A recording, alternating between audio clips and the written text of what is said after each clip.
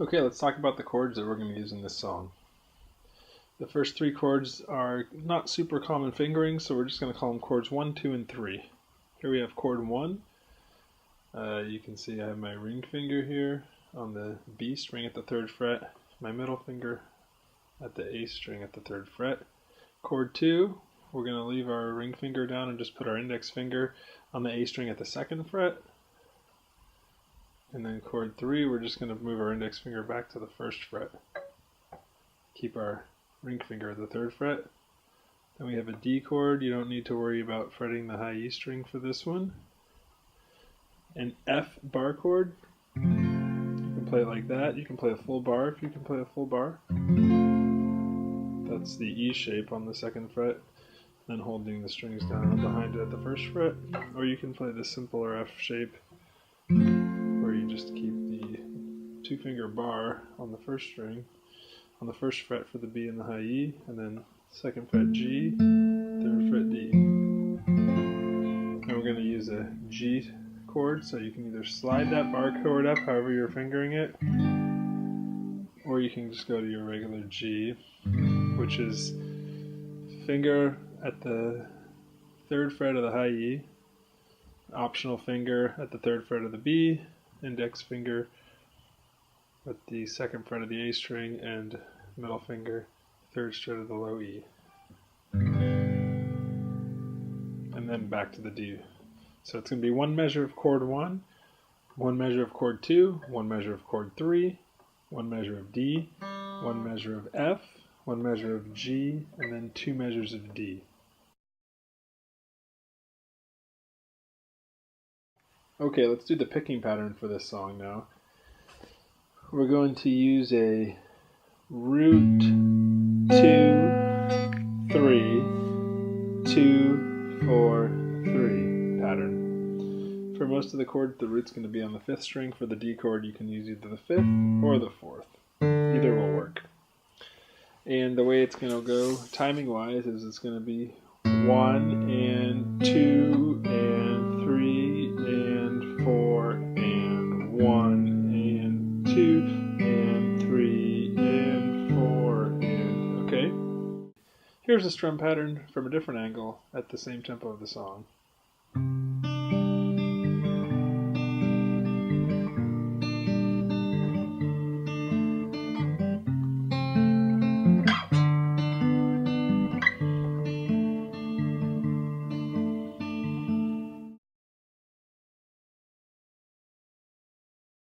Let's take a look at that walk-up now. It gives the song a unique sound.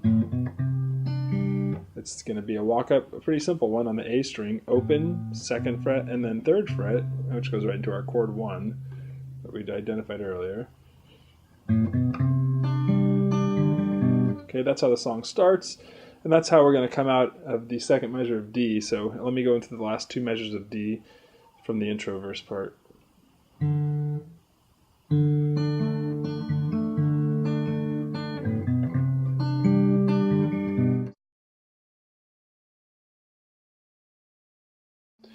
Now we've got a couple of little tricks in here we can do. For the F and G chords, the bar chords, I like to do a couple of pick notes and then a little bit of like a finger strum. So that's an option if you're comfortable doing that. You can just pick the pattern if you don't want, but for those I would do a 1, pause, 2, and then a for the F, and then I come right up to the G and just strum some more. And then back to the D. So that sounds something like this. F, G, back to the D.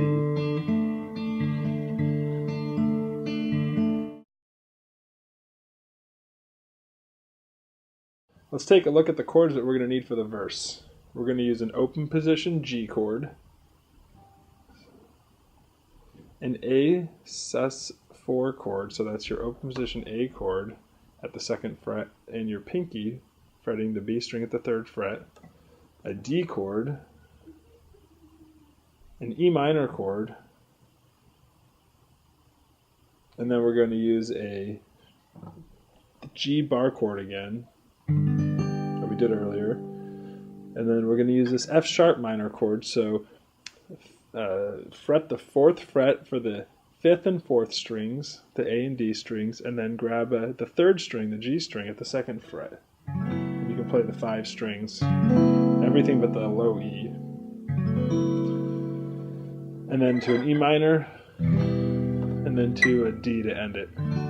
So let me show you. We're going to play 2 measures of the G, 2 measures of the A sus4, 2 measures of the D, 2 measures of the E minor, 1 measure of the G bar chord, and then a little to finish off. Let's talk about the strumming pattern for the chorus of the song. It's going to be a pretty basic folk strum pattern. The strum pattern is going to be the same for everything. It's down, down, up, down, up. Okay, and we're going to use that for everything in this verse except for a little part at the end. Now let's take a look at the D chord in the intro/verse section and little embellishments that can be done. And that's something that Steve Winwood does when he plays this solo, and I will show you at regular tempo what those 2 measures of D at the end of the intro/verse sound like, and then we'll break it down. So this is how I like to play it. Okay, so remember this is 2 measures, right? So the first measure is just going to be the same normal finger picking pattern we've always been using. It's, in this case, the root is the 4th string, so it's 4, 2, 3, 2, 4, 3, and then you'll go ahead and do a 4, 2, 3 pinch on the 4th and the 1st, and then into your walk up. So again, it sounds like this.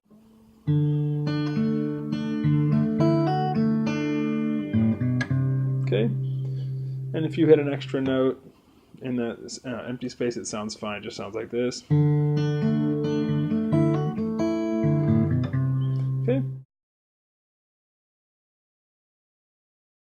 Let's take a look at the end of the song.